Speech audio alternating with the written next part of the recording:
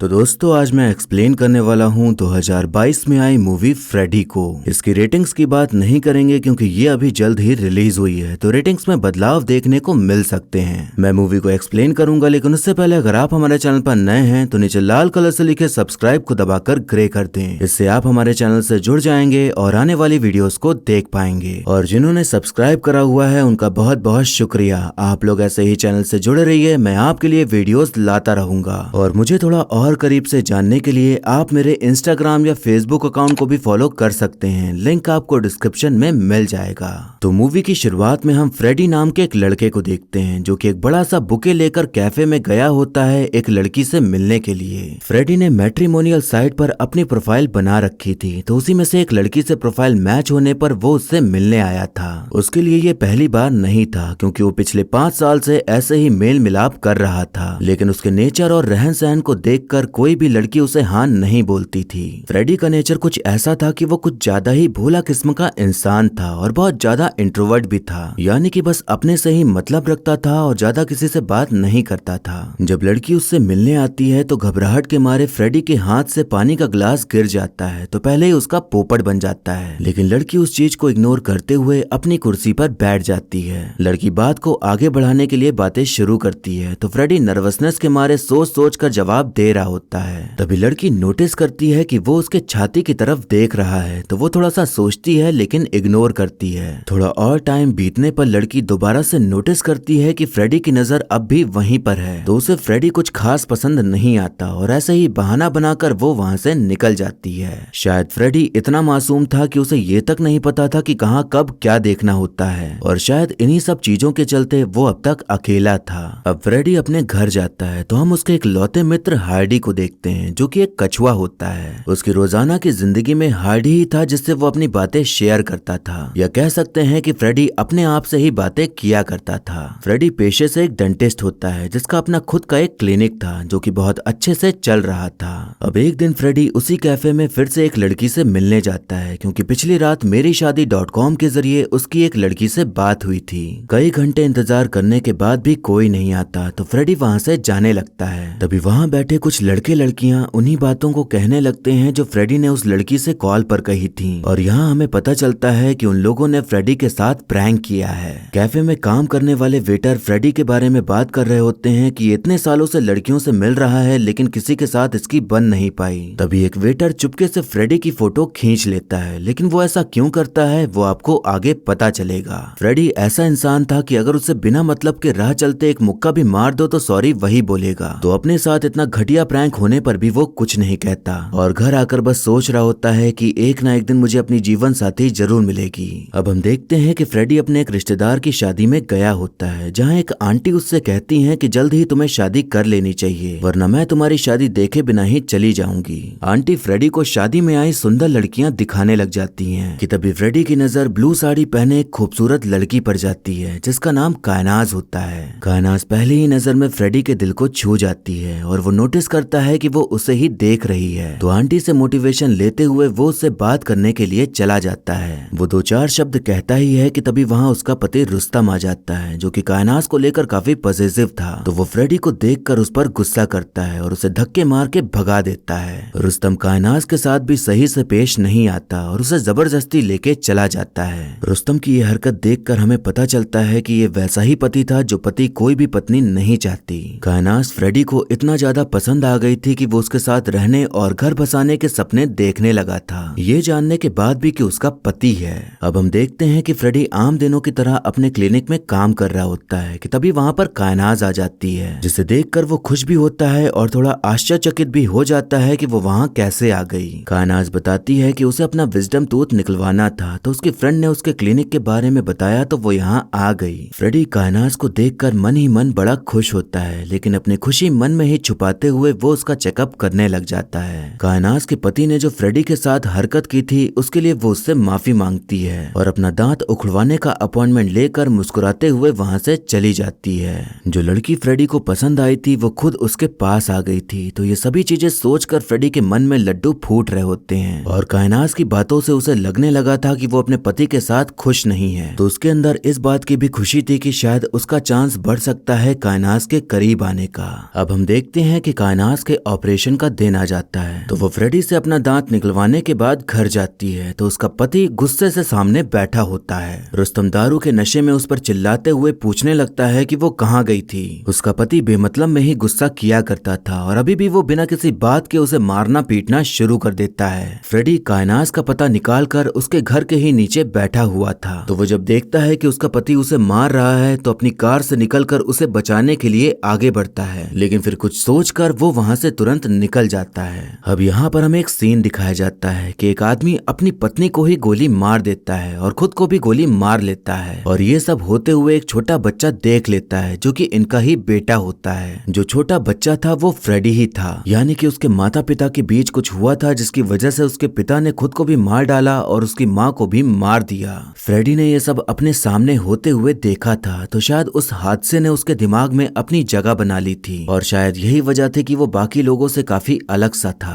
कायनास का चेकअप कराने का अपॉइंटमेंट था पर वो क्लिनिक नहीं आती, जिस वजह से फ्रेडी परेशान हो जाता है और सीधे उसे कॉल लगा देता है। कायनास के पति ने जो किया था उसके चलते वो अब कहीं भी जाना नहीं चाहती थी, पर फ्रेडी के बार बार बोलने पर वो उससे मिलने को तैयार हो जाती है। फ्रेडी देखता है कि उसके चेहरे पर चोट के निशान बने हुए हैं तो वो समझ जाता है कि उसके साथ क्या हुआ है, तो वो उसे नॉर्मल और कंफर्टेबल फील कराने की कोशिश करने लग जाता है। कायनास बताती है कि मेरे पति को नहीं पसंद कि मैं अपने दोस्तों से मिलूं, लेकिन वो इंसान बहुत अच्छे हैं और उनका एक रेस्टोरेंट भी है। फ्रेडी अपनी बातों और बचकाने जोक से उसके मूड को अच्छा कर देता है और फिर उसके बाद कायनास मुस्कुराते हुए वापस से उसी दलदल में चली जाती है। फ्रेडी के दिल में कायनास को लेकर और भी ज्यादा फीलिंग्स बढ़ने लगी थी, तो वो पहले तो अपने रहन सहन और कपड़ों में थोड़ा बदलाव लाता है और फिर उसके बाद उससे दोबारा मिलने की रिक्वेस्ट करता है। कायनास पहले तो थोड़ा ना नुकुर करती है, लेकिन फ्रेडी के कहने पर वो उससे मिलने चली जाती है। अब उन दोनों के बीच मिलना जुलना और ऑनलाइन चैटिंग होना शुरू हो जाती है और उनकी बातों में गहराई और बातें और भी गहरी होने लग जाती हैं। एक दिन फ्रेडी कायनास से पूछता है कि तुम उसे छोड़ क्यों नहीं देती, तो कायनास कहती है कि अगर मैंने ऐसा किया तो वो मुझे मार ही डालेगा।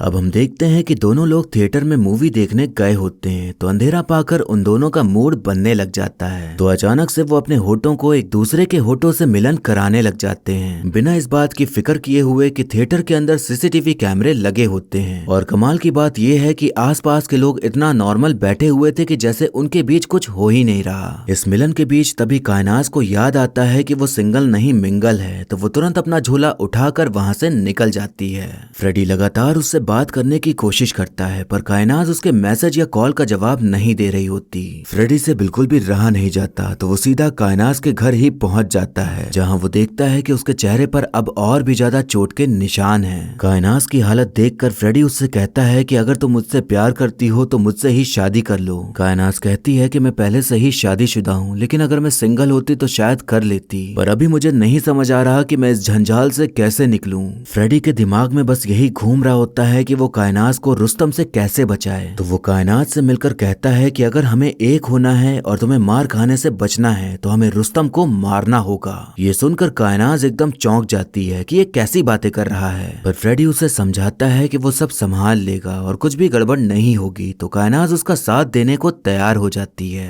फ्रेडी काफी दिनों से रुस्तम पर नजर रख रहा था, तो वो नोटिस करता है कि वो हर रात जॉगिंग के लिए जाता है। तो फ्रेडी एक बंदूक लेकर उसे मारने के लिए निकल पड़ता है, लेकिन बंदूक से मारने के बजाय वो सीधा उसे कार से ही उड़ा देता है और फिर रुस्तम की मौत हो जाती है। उसके बाद फ्रेडी अपने फार्म हाउस जाता है क्योंकि गाड़ी आगे से पूरी तरह खराब हो चुकी थी, तो उसे ठीक कराने के लिए वो अपने घर से दूर आ गया था ताकि मामला शांत हो जाए। उधर पुलिस अब Rustam hit and run case की जांच पड़ताल करना शुरू कर देती है, पर उन्हें कुछ खास पता नहीं चल पाता। अब कई दिन बीत जाते हैं और फ्रेडी की गाड़ी भी ठीक हो जाती है, तो वो अब खुशी खुशी कायनात से मिलने उसके घर पहुंच जाता है, ये सोचकर कि अब वो दोनों एक हो जाएंगे और उनके बीच कोई नहीं होगा। पर फ्रेडी जो देखता है वो देखकर उसके होश उड़ जाते हैं। वो देखता है कि कायनात के साथ कोई और ही लड़का मौजूद है और वो एक दूसरे के साथ चिपका चिपकी कर रहे हैं। ये वही लड़का था जिसने फ्रेडी की कैफे में फोटो ली थी। अब यहाँ पर फ्रेडी को समझ आता है कि कायनात ने उसका इस्तेमाल किया ताकि वो उसके पति को मार दे और फिर वो अपने आशिक के साथ एक हो जाए। उसने फ्रेडी के भोलेपन और उसके प्यार का फायदा उठाया और अब वो उसे धमकी देती है कि अगर उसने दोबारा यहाँ आने की कोशिश करी तो वो पुलिस को सब कुछ बता देगी। फ्रेडी का कायनात को पहली बार देखना, फिर उनका मिलना, बातें करना और जितनी भी चीजें थी सब पहले से ही प्लान थी, क्योंकि वो फ्रेडी को इतना घुमाना चाहते थे कि वो उसके लिए कुछ भी करने को को तैयार हो जाए। कायनाज के पास वो मैसेजेस थे जिसमें कि रुस्तम को मारने की बात हुई थी और उस लड़के ने फ्रेडी की काफी सारी फोटोज भी खींच रखी थी जिसमें कि वो कायनाज के आगे पीछे नजर आता था। तो इन्हीं सब चीजों को सबूत बनाकर कायनाज एक कहानी बनाती है कि वो उसका सरफिरे आशिक की तरह पीछा करता रहता था और जब मैंने उसे मना करा तो उसने मेरे पति को मार डाला, ये सोचकर कि तब मैं उसकी हो जाऊंगी। कायनाज कहती है कि तुम जब जब मुझे छूते थे तब तब मुझे घिन आती थी, तो तुमसे प्यार होना तो दूर की बात है। फ्रेडी को इतना बड़ा झटका लगा था कि उसके दिल, उसके सपने, उसकी फीलिंग सभी के टुकड़े हो गए थे, लेकिन उस वक्त वो कुछ भी नहीं कह पाता, बस अपने घर आकर फूट फूट कर रोता है। रुस्तम का जो रेस्टोरेंट था वो अब कायनाज के नाम हो गया था, जो कि कायनाज हमेशा से यही चाहती थी, तो एक तरह से वो लालची भी थी। जब अगली सुबह होती है तो फ्रेडी सब कुछ भुलाकर सभी के सामने सेम वैसे ही मुस्कुराता हुआ फ्रेडी बनने की कोशिश करता है, लेकिन मन ही मन उसके अंदर एक अलग ही आग लगी पड़ी थी।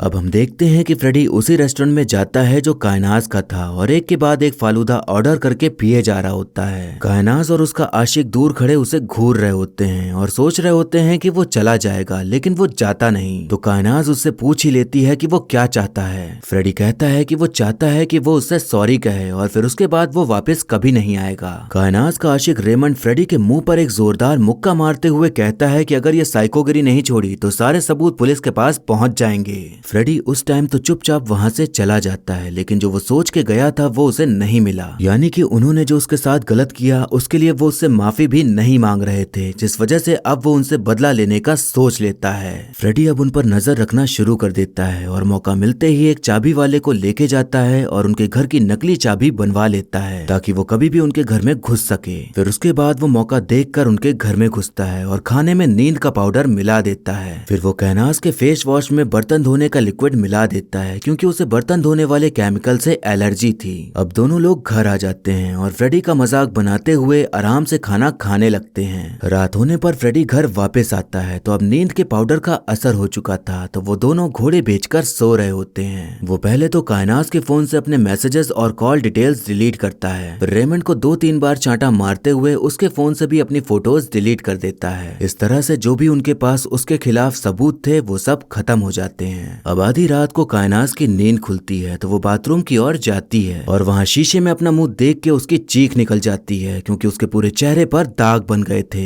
कायनाज ने सोने से पहले अपना फेस वॉश यूज किया था जिसमें कि केमिकल मिला था, तो उसी वजह से उसका ये हाल हो गया था। अब दोनों लोग हड़बड़ाते हुए डॉक्टर के पास जाने लगते हैं कि तभी पता चलता है कि उनकी कार की ब्रेक ही नहीं लग रही, तो गाड़ी सीधा रोड के किनारे टकरा जाती है। दोनों लोगों को कोई गहरी चोट नहीं आती और वो डॉक्टर के पास पहुंच जाते हैं, जहां डॉक्टर बताता है कि चेहरे के दाग 2 घंटे में चले जाएंगे। कुछ टाइम बाद कायनाज को पता चलता है कि फूड सेफ्टी अथॉरिटी वाले उसके रेस्टोरेंट को बंद कर रहे हैं क्योंकि किसी कस्टमर के खाने से छिपकली निकली और उसने ऑनलाइन रिव्यू पोस्ट कर दिया, जो कि अब वायरल हो रहा है। दोनों लोग भागते हुए रेस्टोरेंट पहुंचते हैं तो उन्हें समझ ही नहीं आता कि ऐसा कैसे हो सकता है। तभी कायनाज का दिमाग टनकता है और फिर रेस्टोरेंट के स्टाफ से पूछने पर उसे पता चलता है कि वो कस्टमर फ्रेडी था। वो समझ जाते हैं कि अब तक जो उनके साथ हो रहा है वो वही कर रहा है, तो दोनों लोग उसके घर पहुंच जाते हैं और उसे मारना पीटना शुरू कर देते हैं। फ्रेडी को पता था कि ये लोग उसके घर जरूर आएंगे, तो उसने पहले से ही पुलिस को फोन कर दिया था, तो अब वहाँ पर पुलिस आ जाती है। कायनाज सोचती है कि अब फ्रेडी को फंसाने का समय आ गया है, तो वो पुलिस को वही कहानी सुनाना शुरू कर देती है जो उसने बनाई थी। लेकिन जब वो सबूत दिखाने के लिए फोन में मैसेजेस ढूंढती है तो उसे कुछ नहीं मिलता। उसे ये भी समझ आ जाता है कि शायद फ्रेडी ने ही सब कुछ डिलीट कर दिया। जो प्लान उन्होंने बना रखा था वो पूरी तरह फेल हो जाता है और अब पुलिस फ्रेडी के सपोर्ट में आकर दोबारा ऐसी हरकत ना करने की हिदायत देकर उन्हें छोड़ देती है। कायनाज अब फ्रेडी से एकदम खुन्नस खा जाती है क्योंकि जितना भोला उसे समझा था वो बदले की आग में उससे कई गुना शातिर हो गया था और उनका सारा प्लान भी फेल हो गया था, लेकिन अब भी वो हार मानने वाली नहीं थी। अब हम देखते हैं कि फ्रेडी अपनी आंटी के साथ टहल रहा होता है कि तभी वो उनसे पूछता है कि मैंने जो माँ के बारे में सुना था क्या वो सही था या नहीं। आंटी कहती हैं कि जो भी तुमने सुना वो सही था और तुम्हारी माँ का अफेयर चल रहा था और वो तुम्हें लेकर तुम्हारे पिता को छोड़ के जाना चाहती थी। तुम्हारे पिता को जब ये पता चला तो फिर जो हुआ वो तुम ना देखते तो अच्छा होता।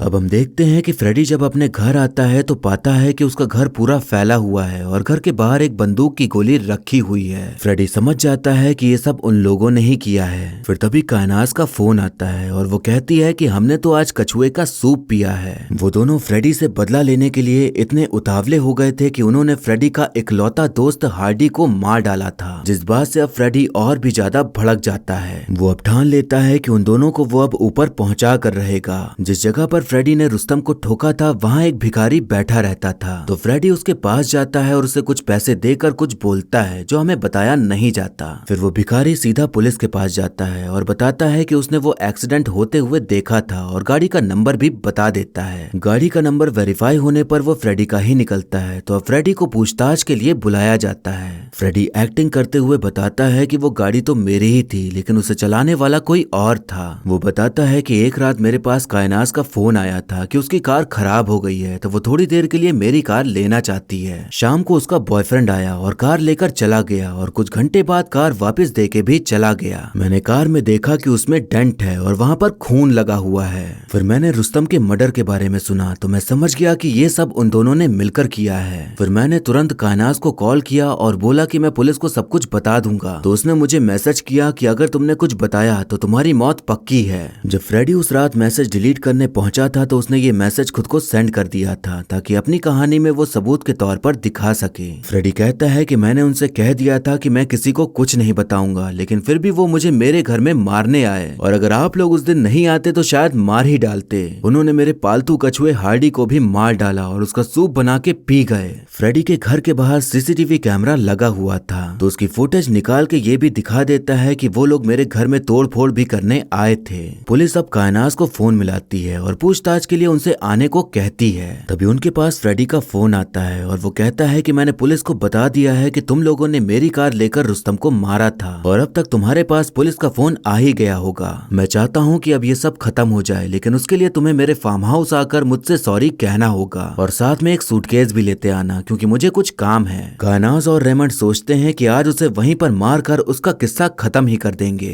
अब हम देखते हैं कि दोनों लोग एक बड़ा सा सूटकेस लेकर फ्रेडी के पास पहुंच जाते हैं, तो उनमें बात होना शुरू होती है। फ्रेडी के पास एक गन थी जो कि वही गन थी जिससे उसके पिता ने उसकी माँ को और खुद को मारा था, तो कायनाज चालाकी दिखाकर वो गन उससे छीन लेती है। वो फुल कॉन्फिडेंस में आकर बंदूक चलाती है, लेकिन अफसोस कि उसमें गोलियां ही नहीं थी और उसका वहीं पोपट हो जाता है। फ्रेडी उन दोनों को इलेक्ट्रिक टेजर की मदद से बेहोश कर देता है और फिर अपने फार्म हाउस के क्लिनिक में बांध देता है। वो शायद पहले बदले के बाद रुक जाता या उससे पहले भी रुक जाता अगर वो उससे सॉरी कह देते, लेकिन उन्होंने हार्डी को मारकर बात आगे बढ़ा दी थी, इसलिए अब वो उन्हें टॉर्चर करके मार डालने का सोच लेता है। वो सबसे पहले रेमंड का एक दांत उखाड़ देता है, वो भी बिना एनेस्थीसिया दिए, जिससे कि उसे बहुत दर्द होता है। फिर उसके बाद वो बेहोशी की हालत में रेमंड को ले जाकर एक गड्ढे में गाड़ देता है जो कि उसने पहले ही खोद रखा था। फिर उसके बाद वो कायनाज के पास जाता है और एक एक करके उसके सारे दांत उखाड़ के बाहर कर देता है। उधर पुलिस उन दोनों की तलाश करने लग जाती है क्योंकि वो दोनों पुलिस स्टेशन नहीं गए थे, तो उनके घर का सीसीटीवी फुटेज देखने पर पता चलता है कि वो सूटकेस लेकर बाहर गए हैं, जिससे कि उन्हें शक हो जाता है कि वो शहर छोड़कर भाग गए हैं। तो अब यहाँ पर ये भी समझ आ जाता है कि फ्रेडी ने सूटकेस लाने को क्यों कहा था।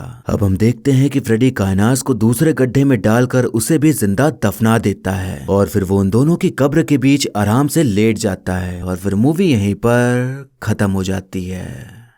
तो दोस्तों, मेरी तरह शायद आपको भी यही लग रहा होगा कि कहानी यहाँ पर अधूरी रह गई, या सोच रहे होंगे कि अचानक फिल्म कैसे खत्म हो गई। तो एंडिंग देखने पर यही लगता है कि इसका अगला पार्ट भी आएगा, क्योंकि बहुत सी चीजें हैं जो अभी क्लियर नहीं हुई हैं। जैसे कि अब पुलिस को पता चल चुका है कि वो दोनों फरार हैं, तो अब वो उन्हें ढूंढना शुरू करेगी। तो क्या वो उनकी बॉडी तक पहुंच पाएगी या नहीं? सबसे बड़ी बात तो यहाँ फ्रेडी को लेकर है कि वो इतना ज्यादा मासूम भोला सा क्यों है। ये मान सकते हैं कि उसका पास्ट अच्छा नहीं था, तो शायद उसकी वजह से वो ऐसा हो गया, लेकिन क्या वो वाकई में इतना भोला है या सिर्फ एक्टिंग कर रहा है? ट्रेलर देखने पर यही फील आया था कि या तो फ्रेडी का डबल रोल होगा या पर्सनालिटी डिसऑर्डर होगा, यानी कि एक इंसान में दो तरह की सोच, एक भोला और एक बदमाश। पर यहाँ पर इनमें से कुछ भी नहीं दिखाया गया, बल्कि कहानी एकदम सिंपल रखी गई कि उसके साथ गलत हुआ तो उसने बदला लिया। तो अब आगे क्या कोई राज खुलेगा या फ्रेडी की कोई नई पहचान निकल कर आएगी, या ऐसे ही वो भोला रहकर चाल चलता रहेगा? ये शायद हमें अगले पार्ट में देखने मिल मिल सकता है। फिल्म की कहानी की बात करें तो उतना ज्यादा थ्रिलर और सस्पेंस देखने नहीं मिलता, बल्कि पहले से ही समझ आ जाता है कि आगे क्या होने वाला है। जब कैनास फ्रेडी से एकदम प्यार से बातें कर रही थी और अपने आप को एकदम बेचारी दिखा रही थी, तभी समझ आ गया था कि ये कुछ तो गड़बड़ है। जैसे जैसे फ्रेडी अपने दांव खेल रहा था, उसे देखते ही समझ आ जा रहा था कि अब आगे क्या होने वाला है। फिल्म के आखिर में ये लग रहा था कि अभी कुछ और बहुत बड़ा राज खुलेगा, पर होता यह है कि तभी मूवी खत्म हो जाती है और आप और हम सोचते रह जाते हैं कि बस इतना ही था क्या।